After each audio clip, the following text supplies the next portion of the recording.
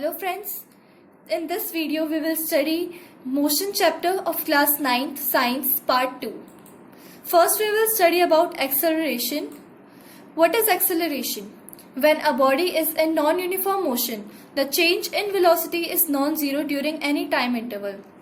अगर कोई body non uniform motion में है तो उसकी वेलोसिटी कांस्टेंट नहीं होगी, उसकी वेलोसिटी या तो बढ़ेगी या तो कम होगी ड्यूरिंग एनी टाइम इंटरवल. सो उसे एक्सप्रेस करने के लिए हमें एक अनदर फिजिकल क्वांटिटी को इंट्रोड्यूस करना है और जो है एक्सेलरेशन.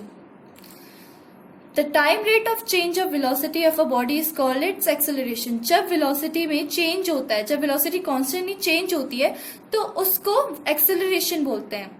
वो एक वेक्टर क्वांटिटी है, मतलब उसे एक्सप्रेस करने के लिए, उसे डिफाइन करने के लिए हमें मैग्नीट्यूड एंड डायरेक्शन की दोनों की जरूरत है और उसकी यूनिट है मीटर पर सेकेंड स्क्वायर. एक्सेलरेशन अगर हमें किसी बॉडी की निकालनी है तो उस बॉडी की फाइनल वेलोसिटी माइनस उसकी initial velocity upon time taken. Suppose अगर उसकी इनिशियल वेलोसिटी टी टाइम पर 0 टाइम पर उसकी u है और टी टाइम पर फाइनल वेलोसिटी उसकी v है और एक्सेलरेशन को हम a मानते हैं, तो इक्वेशन होगी a is equals to v minus U upon T. Now we will study about uniformly accelerated motion.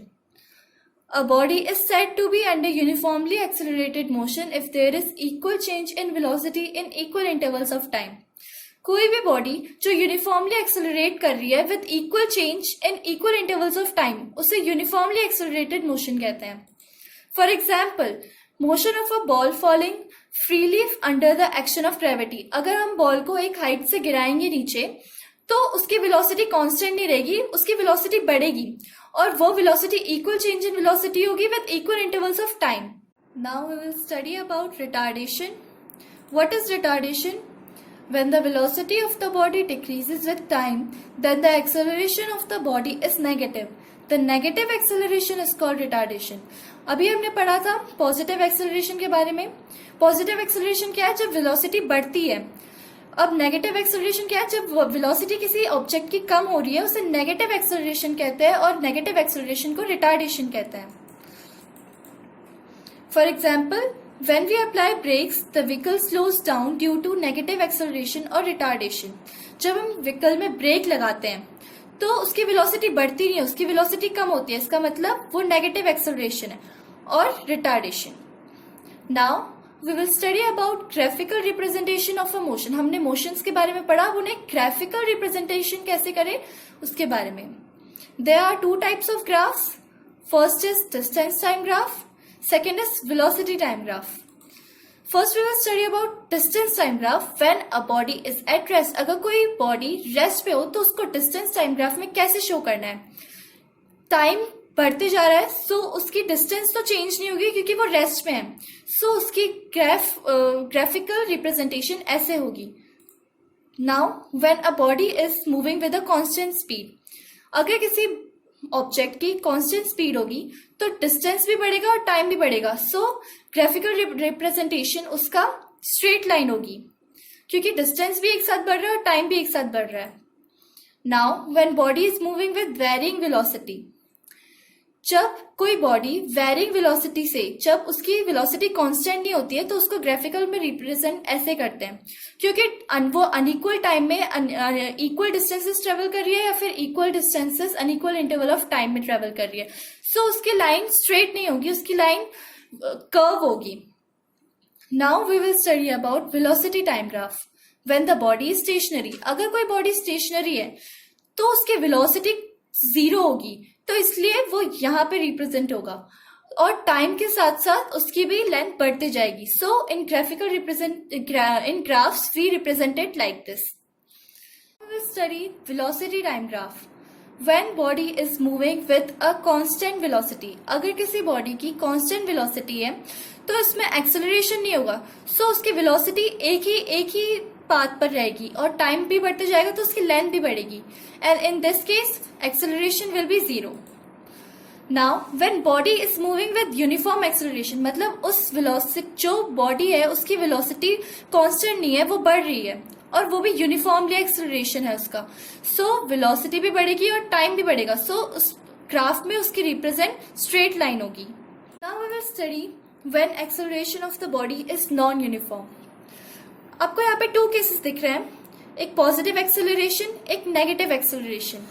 हमने पिछले केस में देखा था कि एक्सेलरेशन अगर हमें एक ग्राफ में रिप्रेजेंट करना है तो वो स्ट्रेट होगा, लेकिन यहाँ पे स्ट्रेट इसलिए नहीं है क्योंकि यहाँ पे हम नॉन यूनिफॉर्म एक्सेलरेशन को दिखा रहे हैं.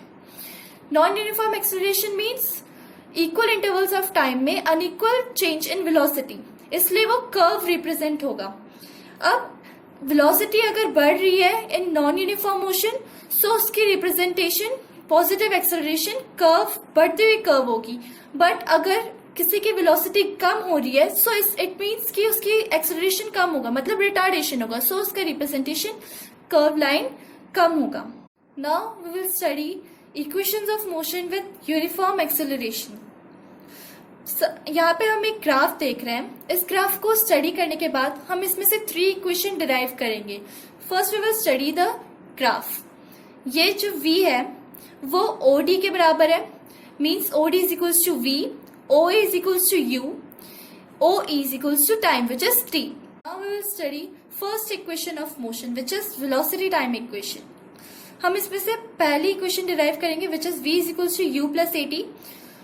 अब अगर हमें एक्सेलरेशन निकालना है, सो BC अपॉन AC, और BC को हम कैसे रिप्रेजेंट कर सकते हैं, OD minus OA upon OE, क्योंकि हम AC को OE भी कर सकते हैं क्योंकि उसकी वैल्यू सेम है, एंड BC को हम OD माइनस OA कर सकते हैं. देन OD को हम BE कर सकते हैं क्योंकि OD की वैल्यू BE के बराबर है, एंड OA को हम CE कर सकते हैं upon OE.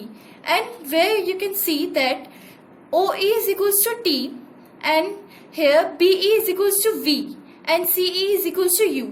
So here we derive one equation which is V is equals to U plus AT. Now we will study position time equation, which is second equation which we will derive from this graph. अब अगर हमें distance जाननी है तो हम कैसे जानेंगे, area of triangle plus area of rectangle. So distance is equals to area of rectangle OACE plus area of triangle ABC. So in this graph we will see that distance is equals to OA, and OA represents U into OE. OE represents T. मतलब OA is into OE is equals to length into breadth, which is area of rectangle, plus half into AC into BC, half into base into height. In second, you can see that UT because OA represents U, OE represents T. So U into T is equals to UT plus half T in the bracket V minus U, half T. AC को हम T से भी represent कर सकते हैं क्योंकि AC is equals to OE and OE is equals to T, and V minus U because BC is equals to BE minus CE, which is V minus U. So from first equation of motion, which is V minus U is equals to AT, or V is equals to U plus AT, putting this value of V minus U in above relation, we get S is equals to UT plus half T in the bracket AT, and S is equals to UT plus half AT square. So here we can see that we have derived second equation from the graph. Study third equation of motion, which is position velocity equation. The area under the velocity time graph is equal to the displacement and is equal to the area OABE. जो area है velocity के नीचे का जो area है वो displacement है, और उसे हम OABE भी बोल सकते हैं. सो S is equals to area of rectangle OACE plus area of triangle ABC. इसको फाइंड करने से हमें डिस्प्लेसमेंट पता चलेगी, बट इसको इन दोनों को प्लस करने से हम अगर ट्रेपेजियम का एरिया निकालें, क्योंकि आप देखो कि ये वो शेप ट्रेपेजियम है, so area of trapezium is equals to half in the bracket sum of parallel sides into height. So S is equals to half sum of parallel sides is equals to AO plus BE into OE. So S is equals to half in the bracket U plus V T. So from first equation of motion, V is equals to U plus AT, or T is equals to V minus U upon A. Putting this value of T in relation 1, we get S is equals to half in the bracket U plus V, and in the bracket V minus U upon A. then s is equals to half in the bracket v square minus u square upon a. Therefore, s is equals to v square minus u square upon 2a, or 2as is equals to v square minus u square, or v square minus u square upon is equals to 2as. Thank you. In next video, we will study about uniform circular motion and we will discuss problem based on this chapter.